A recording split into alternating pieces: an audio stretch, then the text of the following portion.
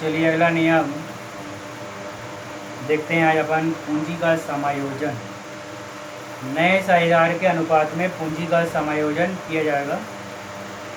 Question number 40 देखेंगे। राजीव और राकेश 3-1 में साझेदार हैं और उनका चिट्ठा दिया हुआ है। नीचे समायोजन दिया हुआ है। समायोजन देखेंगे। 1 जनवरी 2018 को निम्न शर्तों पर सत्यम को साझेदारी में प्रवेश दिया गया। इसको प्रवेश दिया गया सत्यम को। पहला नंबर, सत्यम भविष्य में 5वां भाग लेने के लिए, 5वां भाग मतलब 1/5, 5वां भाग लेने के लिए 10,000 रुपये पूंजी के देगा। स्टॉक और फर्नीचर का मूल्य 10% अवमूल्यन किया जाए, मतलब कमी किया जाए, अवमूल्यन किया जाए मतलब कमी किया जाए। और संभावित डुबत ऋण के लिए 5% का आयोजन किया जाए। जब भी बोलता है डुबत ऋण के लिए आयोजन किया जाए तो हमारा दिमाग सीधा जाता है देनदार, देनदार पर ही डुबत ऋण का आयोजन होता है। अगला, भवन के मूल्य में वृद्धि किया जाए 20% से और सभी साझेदारों के पूंजी खाते लाभ बांटने के अनुपात में समायोजित किए जाएं। यानी नया अनुपात निकालने के बाद पूंजी को समायोजित करना है। ये समायोजन शब्द दिया रहेगा, हमको समझ में आ गया यहाँ पे कौन सा नियम लगेगा। ये है तीसरा नियम।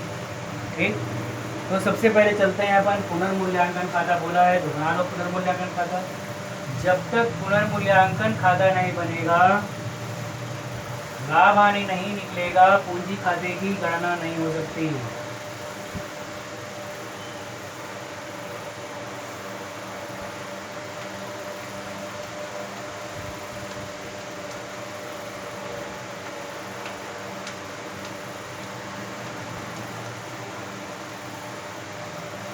इसे जब तक पुनर्मूल्यांकन खाता बोल देगा, पूंजी खाता बनाइए, चिट्ठा बनाइए, ऐसा बोल देता है कुछ भी।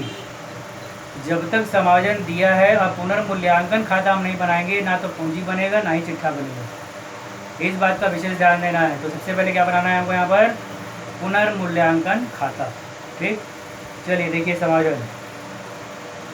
स्टॉक और फर्नीचर का मूल्य 10% अवमूल्यन किया जाए, मतलब कमी, संपत्ति के मूल्य में कमी यानी विकलन। स्टॉक देखो क्वेश्चन में, आप स्टॉक दिया हुआ है 20,000 और इसको बोलता है स्टॉक के मूल्य में कितना कमी करना है, 10%।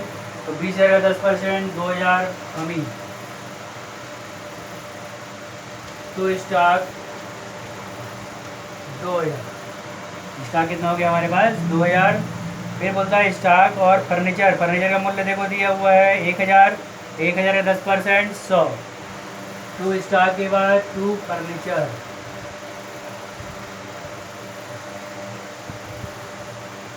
फर्नीचर 100।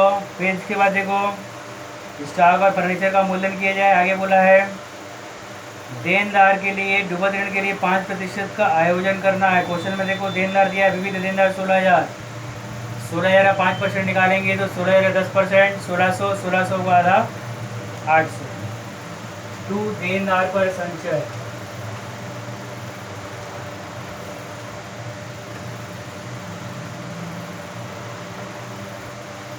देनदार का संचय कितना निकल गया अपना यहाँ पर 800। इसके बाद फिर समायोजन में चलते हैं अपन। फिर क्या समायोजन दिया देखो, अगला समायोजन में देखेंगे अपन। यहाँ पर बोला है भवन के मूल्य में 20% से वृद्धि किया जाए। भवन का मूल्य दिया हुआ है देखो 25,000, तो 25,000 का 20% निकाल लो। 25,000 गुणित 20/100, 2 जीरो कट जाएगा, 2 जीरो कट जाएगा, 25 दूनी 50 और 2 जीरो 5,000।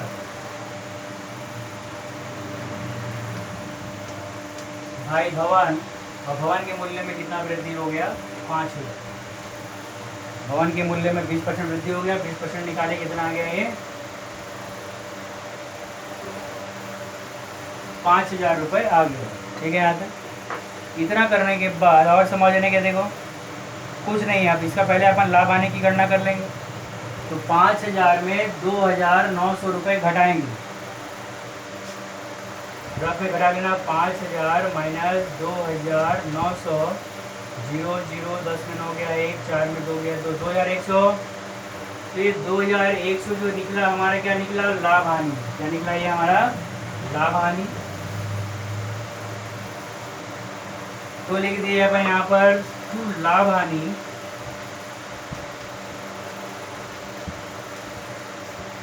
कितना आ गया लाभ हानि हमारे पास 2100 और राजीव राकेश का अनुपात दिया है 3:1। तो इस 2100 को राजीव और राकेश के अनुपात में बांट देंगे। राजीव राकेश 3:1 में बांटेंगे तो 2100 गुणित 3/4 4 एकम 4 4 पंचे 20 1 10 फिर 4 पंचे 20 1 10 4 दूनी 8 2 4 पंचे 20 525 गुणित 3 गुणा कर देंगे 3 से तो 3 पंचे 15 का 5 3 दूनी 6 और 1 7 3 पंचे 1575 और दूसरे का निकालेंगे 3/4 और 1/4 तो अगले का आ जाएगा 525। इस प्रकार से हमको इसकी गणना करना है। तो कुल लाभ हानि कितना निकला 2100। राजीव राकेश का अनुपात दिया है 3:1 तो राजीव का भाग 2100 गुणित 3/4 राकेश का भाग 2100 गुणित 1/4 तो 3/4 किए तो 1575 1/4 किए तो 525 और फिर सबका योग लगा देंगे दोनों तरफ 5500।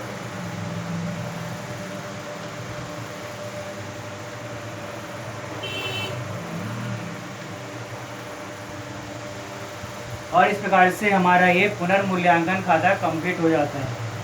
इसके बाद शुरू करते हैं अपन पूंजी खाता। पूंजी खाते में देखते हैं अपन सबसे पहले कॉलम बना लो विवरण राजीव राकेश सत्यम। विवरण राजीव राकेश सत्यम। ठीक, पहला काम शेष लाया गया राजीव और राकेश का पूंजी देख लो कितना दिया हुआ है। राजीव का पूंजी है 40,000 राकेश का पूंजी है 10,000 तो शेष लाया गया राजीव 40,000 राकेश 10,000 पूंजी लाने के बाद हो गया। फिर पुनर्मूल्यांकन खाता अपन बनाए थे तो उसमें देखो लाभ कितना निकला था। तो लाभ निकला था अपना जो बांटे थे 1575 और 525। तब यहाँ लिखेंगे बाई लाभ हानि 1575 और 525 ये बांट दिए। बांटने के बाद क्वेश्चन में देखो सत्य भविष्य में 5वां भाग लेने के लिए 10,000 रुपये पूंजी की देगा बोला है। तो पूंजी के देगा तो हमको यथेष्ट पूंजी की गणना करने की यहाँ पर कोई जरूरत नहीं। तब लिखेंगे अपन यहाँ पर बाई रोकड़ लिखेंगे बाई रोकड़ और बाई रोकड़ लिखकर कितना देगा 10,000 लिख दिए अपन यहाँ पर 10,000। पूंजी देने के बाद देखेंगे क्वेश्चन में दिया है ख्याति के बारे में कुछ दिया है क्या देख लेते हैं। पूंजी देगा स्टॉक का मूल्य दुगना होगा भवन के मूल्य में वृद्धि होगा। ख्याति के बारे में कुछ नहीं दिया है। ख्याति के बारे में कुछ नहीं दिया है तो हमको ख्याति का लेखा करने की यहाँ पर कोई ज़रूरत नहीं है। ठीक, अब बोला यहाँ पर लास्ट समायोजन में देखोगे सभी शेयरों के पूंजी खाते लाभ बांटने के अनुपात में समायोजित किए जाएंगे। इसके लिए सबसे पहले हमको नए अनुपात की गणना करना होगा। फिर निकालेंगे अपन यहाँ पर नए अनुपात की गणना नीचे में निकालना।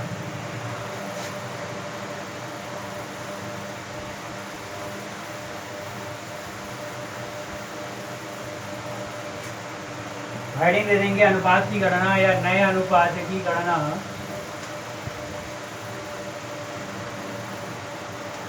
कुछ नियम नहीं दिया है यहाँ पर। कुल भाग 1 माइनस राजीव राकेश का अनुपात लिखेंगे 3:1 पहले राजीव तथा राकेश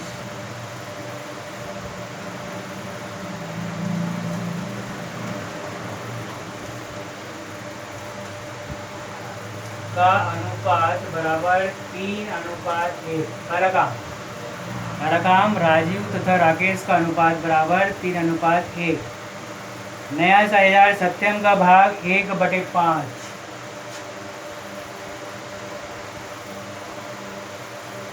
सत्यम का भाग बराबर 1/5।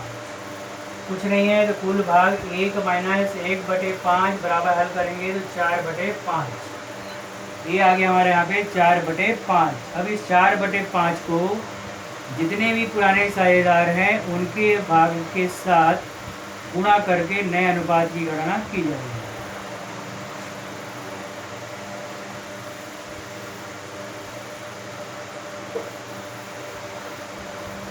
तब लिखेंगे अपन यहाँ पर राजीव का भाग बराबर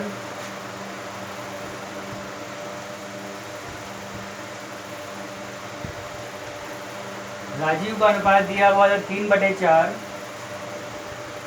3/4 गुणित हल किए तो कितना है 4/5। ये हो जाएगा 4 दिया 12/20। 4 दिए 12, 5 और 20। राजू के बाद राकेश का भाग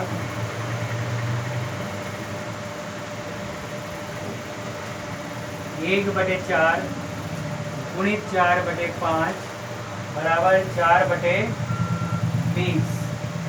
और सत्यम का भाग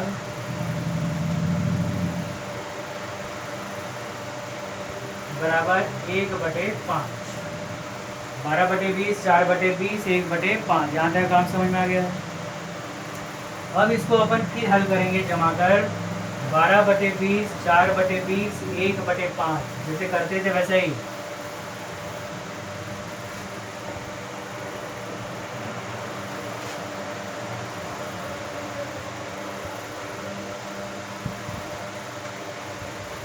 हल एलसीएम निकालोगे तो 20, 20 एकम 20, 12, 20 एकम 20, 4, 5 और 4 एकम 4। नया अनुपात आ गया 12:4:4। अब इस नए अनुपात में जो पूंजी निकालेंगे अपन, उस पूंजी को तीनों साझेदारों के बीच में क्या करेंगे, बांट देंगे। ठीक है, यहाँ तक कैसे करेंगे उसको देखिए। नया अनुपात निकल गया अपने पास 12:4:4। नए पूंजी की गणना कैसे करेंगे, तो नए पूंजी की गणना करने के लिए नए साझेदार का भाग देखेंगे और वो अपने भाग के लिए कितना पूंजी लाया उसको देखेंगे। तो समाधान में देखो दिया है, सत्यम भविष्य में 5वां भाग लेने के लिए 10,000 रुपये पूंजी के देगा। इसके आधार पर नए पूंजी की गणना होगी। 1/5 भाग के लिए कितना देगा बोलता है 10,000। कहाँ लिखना 1/5 भाग के लिए 10,000 रुपये देता है, इसलिए फर्म की कुल पूंजी बराबर 10,000 गुणित 5/1 बराबर 50,000। नए साझेदार के भाग को लेकर हमको काम करना है। नया साझेदार सत्ता में 1/5 भाग के लिए 10,000 रुपये देता है, इसलिए फर्म की कुल पूंजी बराबर अनुपात को उल्टा कर देना है। 10,000 गुणित 5/1, ये कितना आ गया हमारे पास 50,000 रुपये नई पूंजी आ गई। इस 50,000 रुपये को 12:4:4 में तीनों के बीच में बांट देना है। ये काम करना है, समझ में आ गया। तो नई पूंजी जो निकली 50,000 रुपये, उसको 12:4:4 के बीच में क्या करेंगे अपन यहाँ पर बांट देंगे।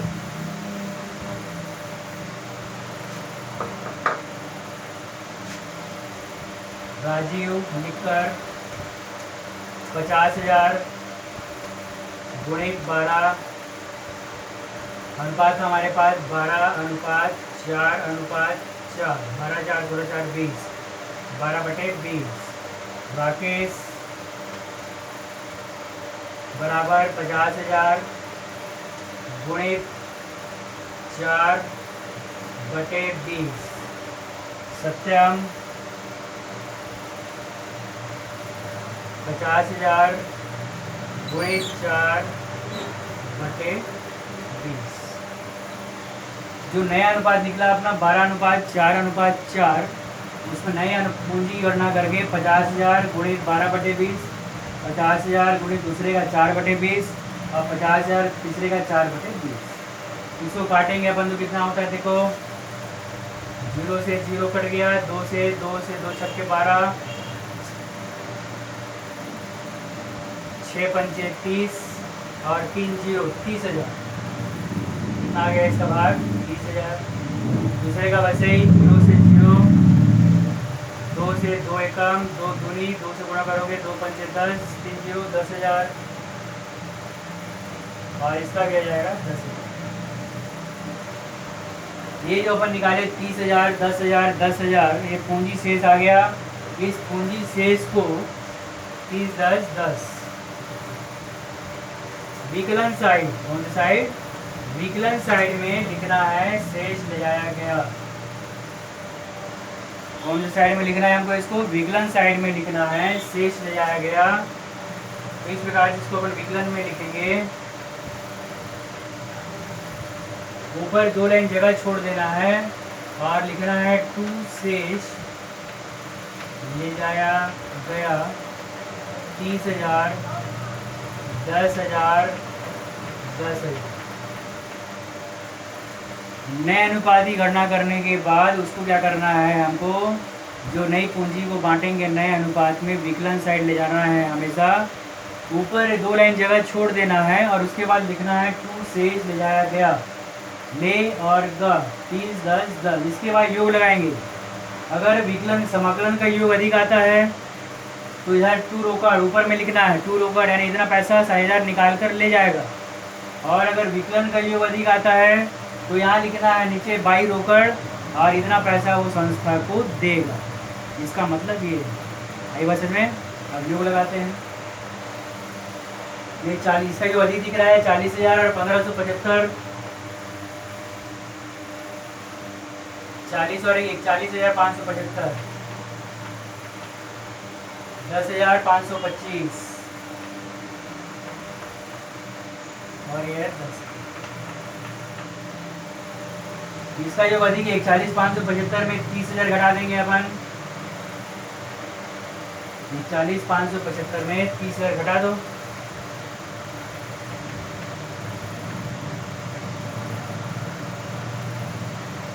$575, एक का एक 11,575। तो ये ऊपर लिखोगे टू रोकड़ 11,575, 10,525 में 10,000 घटा दो तो 525 बस। और इसका योग बराबर है तो बराबर, तो ये हो जाएगा 40,575, 10,525 और इसका हो जाएगा 10,000। और इस प्रकार से इतनी राशि ये लोग राजीव और राकेश निकाल कर ले जाएंगे। आगे बात समझ में? तो ये काम करना है। इसके बाद इसका चिट्ठा ये बनाना है जो अगले क्वेश्चन में आपको बताएंगे।